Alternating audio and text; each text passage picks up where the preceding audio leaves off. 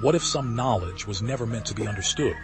Dr. Elena Vasquez had spent 15 years breaking codes that governments couldn't crack. Nothing had ever broken her. Until she found the message buried in a decades-old intelligence file, marked only with a single word, Pandora. The encryption was unlike anything she'd encountered. Not mathematical, not algorithmic. The symbols seemed to shift when she wasn't looking directly at them, dancing at the edges of her peripheral vision like living things. She worked for 3 sleepless days, her apartment growing cold as she forgot to eat, forgot to sleep, forgot everything except the hypnotic patterns sprawling across her screens. Coffee cups multiplied on her desk like mushrooms in the dark. On the 4th night, something clicked. The symbols aligned, revealing their meaning in a cascade of terrible clarity. Elena gasped, her eyes widening as the translation burned itself into her consciousness. But the words weren't just words, they were instructions.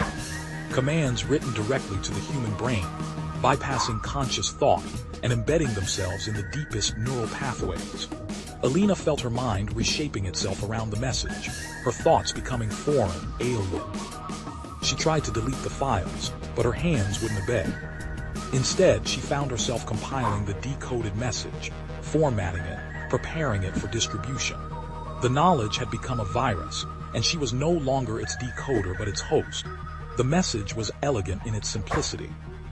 It rewrote human perception, making the infected see reality through fractured lenses. Those who read it would spread it compulsively, unable to resist sharing the revelation that had consumed them.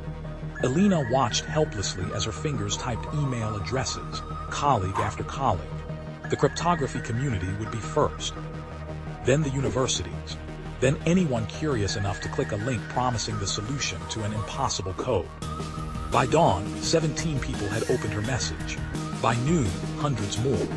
Each reader became another node in an expanding network of altered minds, all serving the message's prime directive: spread and multiply.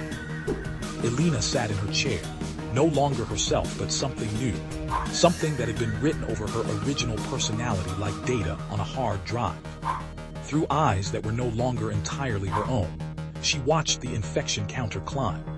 The last coherent thought that belonged to the real Elena Vasquez was a question that would never be answered.